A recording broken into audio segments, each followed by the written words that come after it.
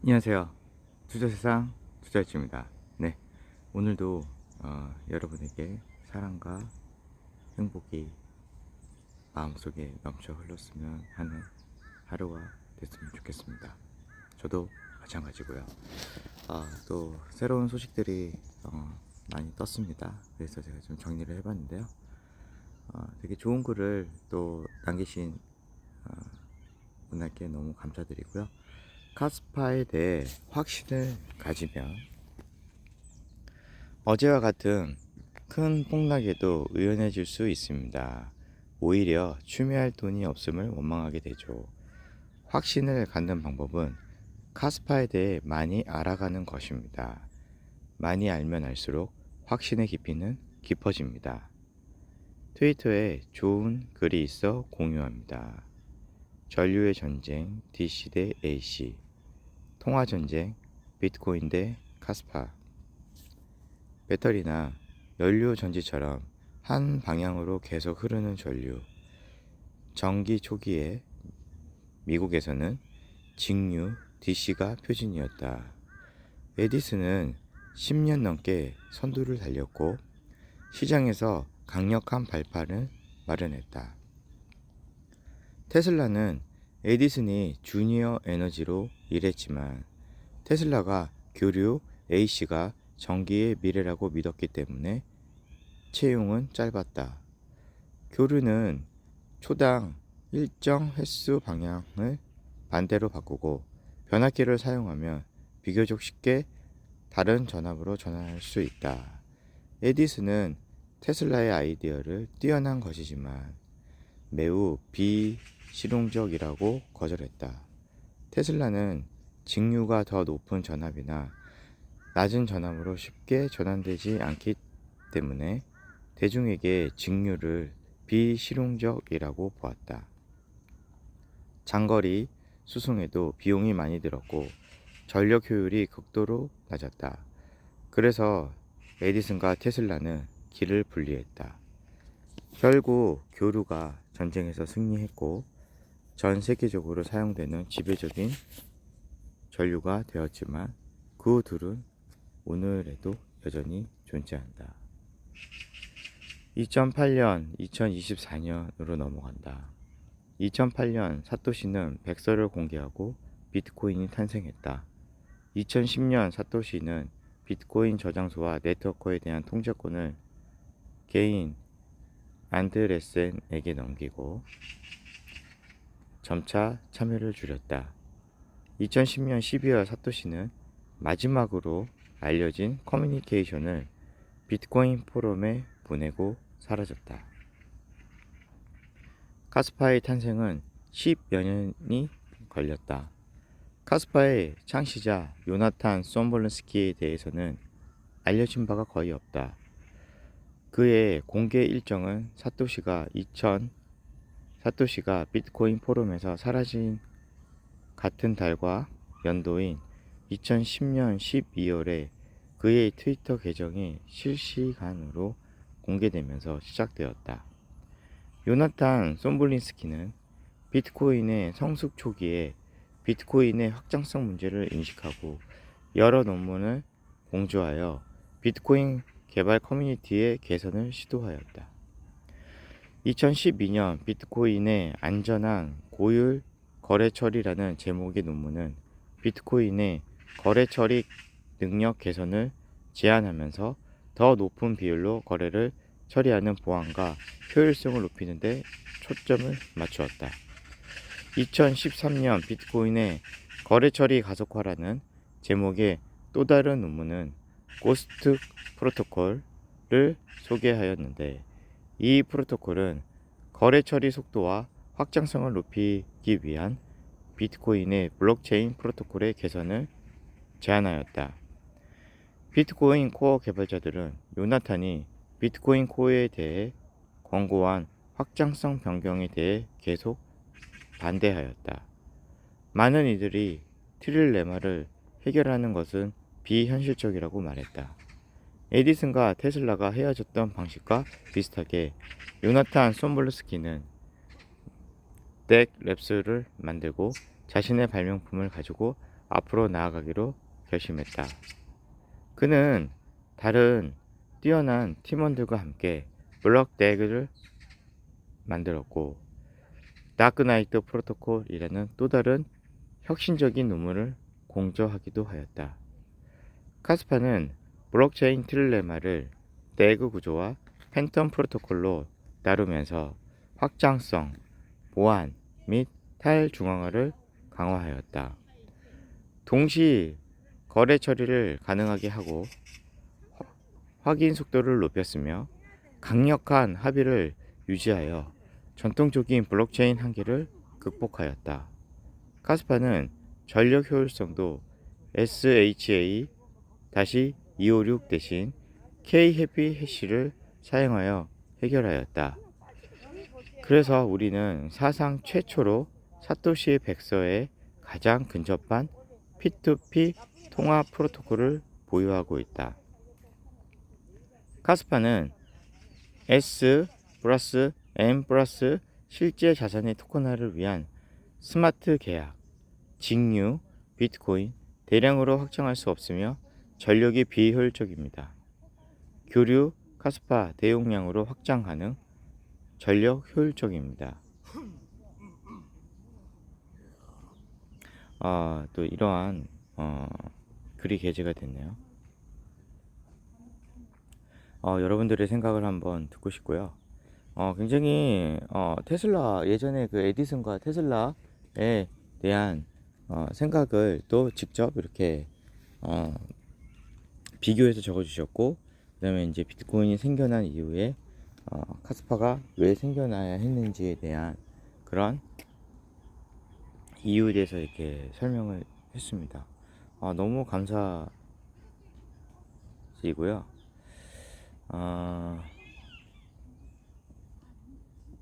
한번 이렇게 저도 감사합니다 이렇게 적었고요. 뭐 미래는 정말 여러분도 아시다시피 알 수가 없습니다. 어떻게 변할지는 알 수 없는데요. 세상은 사실 계속 변한다는 거죠. 그죠? 그래서 그런 걸 봤을 때는 저는 여러분도 아시다시피 비트코인도 가지고 있고요. 비트코인도 투자 비용이 크고 카스파도 투자 비용이 작은 거 아닙니다. 큽니다. 그리고 테슬라도 투자를 하고 있고요. 그렇기 때문에 새로운 어떤 게 나올지 계속 우리가 면밀히 관찰을 해야 되는 거죠. 근데 여러분도 아시다시피 투자에 의해서는 정말 지금 앨런 머스크가 거의 세계 최대의 부자대로 한번 올라갔잖아요. 그게 왜 그러냐면 앨런 머스크 같은 경우도 거의 8, 9년부터 테슬라를 창업을 하고 스페이스X에 대한 걸 창업을 해서 지금까지 계속 그 1년 하나로 사업을 일궜습니다. 아마 중도에 포기했으면 그런 일은 또 없었겠죠. 자기만의 그런 가치와 비전을 보고 갔고요. 물론 애플의 스티브 잡스도 처음에 애플을 창업을 했지만 독단적인 그런 의사결정과 여러 가지의 그런 문제로 애플에서 쫓겨났잖아요. 그리고 애플의 대항마에 대한 컴퓨터 기업을 창업을 했지만 그것도 좀 실패했고요. 그리고 다시 이제 투자한 기업이 그 토이스토리의 전신이 된 픽사에다가 투자를 했는데 그것도 잘 사실 안 됐습니다. 그러다가 토이스토리가 이제 엄청나게 폭발을 하면서 거기서 이제 돈을 엄청 많이 벌었죠. 그리고 다시 애플이 무너졌을 때 이제 애플을 끝났다라고 했을 때 그 다음에 이제 스티브 잡스가 복귀를 합니다. 네, 그래서 또 스티브 잡스 복귀하고 또 혁신적인 제품을 내놨죠. 스티브 잡스는 이제 의사결정을 또 하는 데 있어서도 굉장히 예전에 독단적인 것보다는 한번 그 음악을 듣는 아이포드에 한번 인터넷을 넣어보자. 거기서 인터넷도 넣어보고 음악도 들어보고 키보드도 만들어보자는 라고 얘기를 했을 때 스티브 잡스가 처음에 반대했습니다. 심플한 게 좋다, 무슨 잡다한 기능을 넣냐라고 했는데, 결국은 직원들이 얘기한 것들을 또 잘 수용을 해서 스마트폰이 세상에 널리 보급을 되고, 또 지금 애플이 세계 1위 기업이 된 거라고 봅니다. 비트코인은 생긴 지 여러분도 아시다시피 한 15년이 됐습니다. 15년 동안 비트코인의 문제를 해결하려는 그런 음, 프로, 그런 이게 프로토콜이라든지 그런 코인들이 많이 나왔는데요. 결국은 비트코인의 문제를 다 해결하지 못했습니다. 이더리움도 이제 요나탄이 쓴 고스트 프로토콜의 논문을 보고 이더리움을 창안해서 만들었지만, 결국 이더리움을 전송하고 보내는 데에 대한 높은 그런 가스비 비용과 확장성의 문제를 지금 골머리를 앓고 있는 것도 이더리움의 제 문제죠. 이더리움도 계속 이제 해결을 하려고 하고 있죠. 그 다음으로 나온 게 이제 다양한 프로토콜이 나왔는데, 대부분이 비트코인의 그런 확장성 문제를 해결하는 데는 실패를 했죠. 솔라나조차도 빠르긴 빠른데 수수료도 싸고요. 네트워크가 다운되거나 그런 현상이 자주 일어나곤 합니다. 그래서 이제 그 이후에 나온 게 여러분도 아시다시피 뭐 니플도 나오고 했지만, 니플 같은 경우는 회사에서 라거 물량이 있고, 또 회사에서 다 가지고 있는 경우가 많기 때문에 어떻게 보면은 좀 공정한 론칭이 아닌 경우도 있습니다. 그 다음에 나온 게 이제 여러분도 아시다시피 그 이후에 나온 게 이제 카스파가 나왔죠. 저도 카스파의 존재에 대해서 처음에, 저는 비트코인만 사서 모으는 사람이었기 때문에 굉장히 의심도 많이 했습니다. 하지만 또 새로운 세상은 변하기 때문에 카스파에 대해서 한번 공부를 해보자라고 공부를 하게 됐고, 비트코인의 문제를 풀 수 있는 프로젝트면은 이거는 폴드폰에서 스마트폰으로 가는 그런 변혁의 시기에 우리가 놓여 있다고 항상 제가 그 부분에서 생각을 하는 겁니다. 물론 카스파보다 훨씬 더 좋은, 앞으로 탈중앙화 되고 보안성도 좋고 전송할 때도 빠르고 또 희소한 그런 자산이 안 나오라 법은 없습니다. 하지만 지금은 공부를 해보면 카스파를 능가할 수 있는 프로젝트는 아직 없다고 생각해서 제가 보유를 하고 있는 거고요. 그런 게 있으면 좀 댓글에 좀 알려주십시오. 네, 제가 투자하고 있는 이유이기도 합니다. 카스파를요.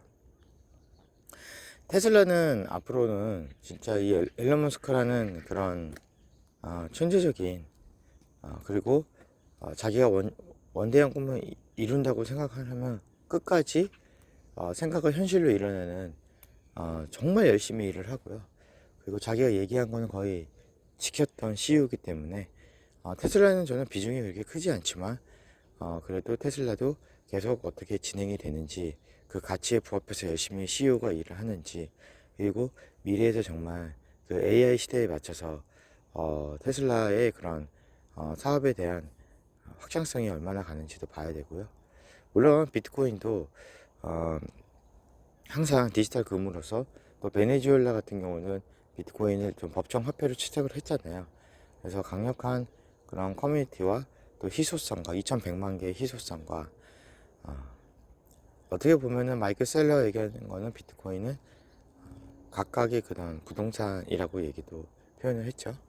그래서 비트코인도 저는 한 적어도 그래도 한 2억까지는 가지 않을까라는 생각을 해서 계속 비트코인도 투자를 하고 있습니다. 여러분들의 각자의 투자 아이디어가 있으면요, 댓글에 좀 알려주세요. 그리고 카스파는 이제 이 정도로 지금 보면 이런 비전이 있다고 생각을 하고요. 저 볼까요? 네, 뭐 비트코인은 지금 58,000불, 우리나라 돈으로 7,990만원 정도에 지금 하고요. 이더리움은 3,061불, 우리나라 돈으로 420만원. 카스파는 0.1699불, 우리나라 돈으로 234원에서 열심히 이렇게 주간 차트로 보면은 아름다운 차트죠. 이게 몇 법칙인데요. 계속 희소하게 이제 비트코인 차트랑 비슷하게 저는 갈 것 같습니다. 네. 이제 유튜브에 보면은 또 다양한 소식들이 떴는데요. 한번 볼까요? 카스파가 이제 보니까 이 내용은 블랙록이 분명히 이제 나중에 카스파를 인식을 할 것이라는 내용인 것 같습니다. 네. 이렇게 그 사과 모양의 그림이 나와 있죠. 이거는 여러분도 아시다시피 지금 전 세계 비트코인만 채굴 했던 마라라는 기업이 있어요. 마라라는 기업의 그 뒤에는 뱅가드와 블랙록이 그 비트코인 채굴 업체의 지분을 거의 다 가지고 있습니다. 그러니까 비트코인만 채굴했던 나스닥 상장 기업이 카스파를 작년부터 채굴을 했다고 공시를 했죠. 이거는 대단한 역사적인 순간입니다. 왜 그러냐면 비트코인만 채굴을 했습니다. 이더리움이 POW일 때도 이더리움을 채굴하지 않았거든요. 마라라는 기업은요. 그러니까 그만큼 그 나스닥 상장 기업 뒤에 블랙록이라든지 뱅가드의 그런 지분을 가지고 있는 그 기업에서 카스파를 채굴을 했다는 것은 이건 엄청난 빅뉴스입니다. 하지만 지금 일반 주변의 대중들은 잘 모르고 있다고 보고요. 이분은 이제 카스파가 3달러로 했는데 이제는 목표의 가격을 17불까지 올린다는 내용으로 해서 이렇게 또 유튜브에서 나오고 있고요. 그리고 카스파의 지금 가격, 그러니까 제가 예전에 그 카스파가 50원대는 제가 이제 갈 수 없는 가격대라고 좀 보거든요. 물론 이제 이슈가 있어서 한 150원대까지는 좀 떨어질 수 있다고 보는데 지금 생각을 해보면 지금 이제 마라라는 기업, 그 나스닥 상장 기업이 비트코인을 채굴을 이제 한 지금 이 시점의 이 비전으로는 결코 50원까지는 카스파가 갈 일은 거의 저는 또 희소하다고 봅니다. 물론 갈 수도 있죠. 어떻게 될지 모르지만 저는 희소하다고 봅니다. 그리고 이제 뭐 저는 마이클 세일러, 이게 얼굴 지금 마이클 세일러 나오죠. 마이클 세일러가 저는 대단하다고 봅니다. 그 시대를 관통하는, 예전에 그 애플이 초창기에 나왔을 때 마이클 세일러가 애플에 대해서 얘기한 게 나왔는데, 애플이 이제 모든 것을 집어삼킬 것이다 라고 얘기했는데 미래는 그렇게 변했고요. 비트코인이 처음 나왔을 때도 마이클 셀러가 얘기를 했습니다. 비트코인이 모든 것들을 지금 이 금융에 있는 그런 통화 시스템의 지금 붕괴로, 인플레이션의 붕괴로 금보다 낫다라는 표현을 썼죠. 마이클 셀러도 지금 생각을 해보면 뒤쪽에 뱅가드 블랙록 그런 마이클 셀러 기업, 즉 마이클 스트레티지의 지분을 뱅가드와 블랙록이 많이 가지고 있는 걸로 알고 있기 때문에 분명히 이 소식을 들었을 거고요. 대중들이 어느 정도 알기 전까지 제가 볼 때는 뒤에서 공부를 계속 하시면서 카스파를 조심스럽게 생각하는데 모으지 않을까 라는 생각이 듭니다. 네. 이런 또 비전들이, 지금 가치의 비전들이 어마무시하게 많이 있는 카스파가 있죠. 1bps에서 지금 10bps, 32bps, 100bps까지 올라가는 비전이 있고요. 전 세계에 또 사람들이 점점 카스파 커뮤니티를 많이 몰려들고 있고요. 저 같은 사람들이 많이 이제 늘어날 거라고 저는 봅니다. 그래서 이런 생태계가 계속 확장되리라고 저는 믿고요. 그래서 오늘도 굉장히 카스파에 대한 비전은 낙관적으로 보고 있습니다.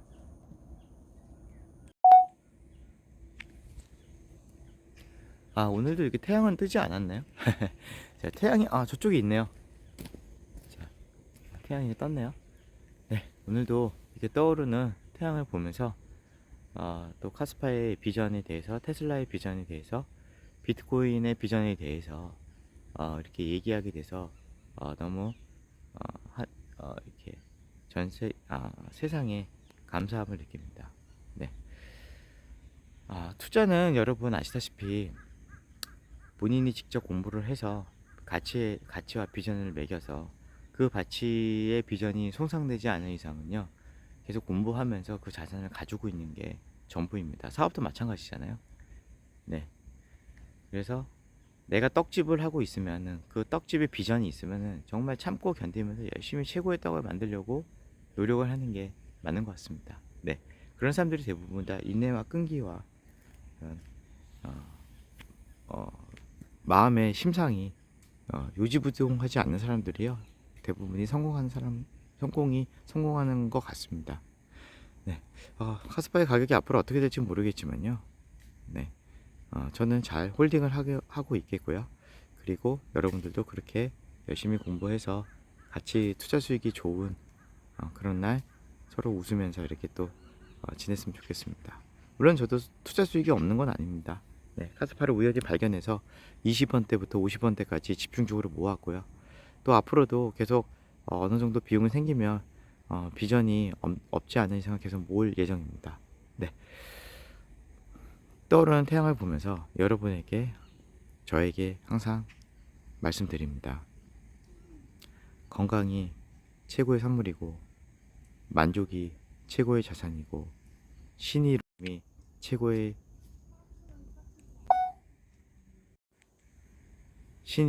최고의 관계입니다. 네, 여러분 건강하시고 오늘도 행복하시고 여러분에게 사랑과 자비가 항상 넘쳐 흘렀으면 좋겠습니다. 오늘도 화이팅입니다.